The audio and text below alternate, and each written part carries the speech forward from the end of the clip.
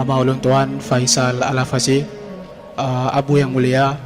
Nah, pertanyaan saboh daripada ulun berkenaan dengan akidah bahawa gedanya mandum yang jabut malamnya beriktikad Ahlus Sunnah wal Jamaah, paham Asy'ari ataupun Maturidi.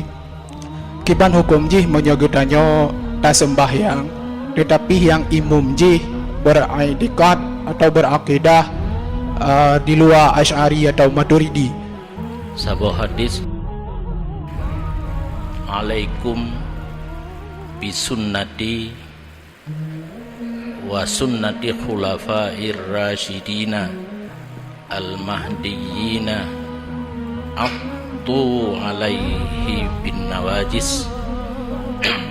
Kata-kata alaikum dalam bahasa Arab, alzimu anfusakum, maknanya kewajiban, suatu kewajiban mengikuti sunnah lun dan sunnah khulafaur rasyidin. Karena yang intinya akidah Ahlussunnah wal Jamaah tidak membedakan Nabi dan khulafaur rasyidin, sehingga menyenaurengikeun nyan sahabat hana maksum lebih ged dan nyoda ikut Nabi maksum. Dia membedakan sahabat dengan Nabi, itu di luar Ahlussunnah wal Jamaah. Nyan peserta gerau lain hana sojak begah. Yang inti Ahlussunnah wal Jamaah balahi sangka melawan sahabat dengan Nabi, cari solusi harus bersatu, tidak boleh mulai lain. Hana tetupat itanya yang harus satunya nampak mulai lain. Contoh-contoh biasa juga semayang tarawih 28. Yang kampanye hitam urangnya sogot dah ikut sahabat dengan Nabi. Yang terbateri laju dalam pikiran kita, pasti kan Nabi, kan Nabi maksum. Kita mah julam Nabi maksum, sahabat hana maksum. Allah hana itimkeun sahabat asal neraka menyekeun yang diputu kalam Syiah juga deh.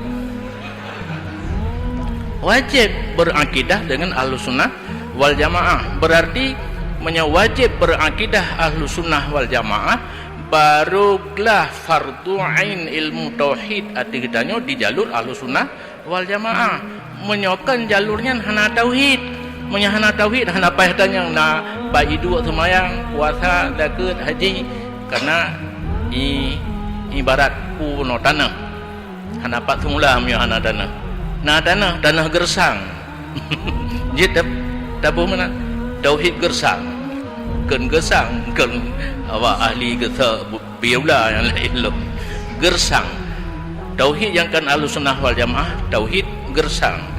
Yang contoh ken letat yang ka le pernah lom bagi orangnya tauhid salasah, ya. Tauhid salasah atau Ibnu Taimiyah yang termasuk di luar Ahlussunnah wal Jamaah. Kesimpulan, tauhid yang hana betul lagi hana tauhid.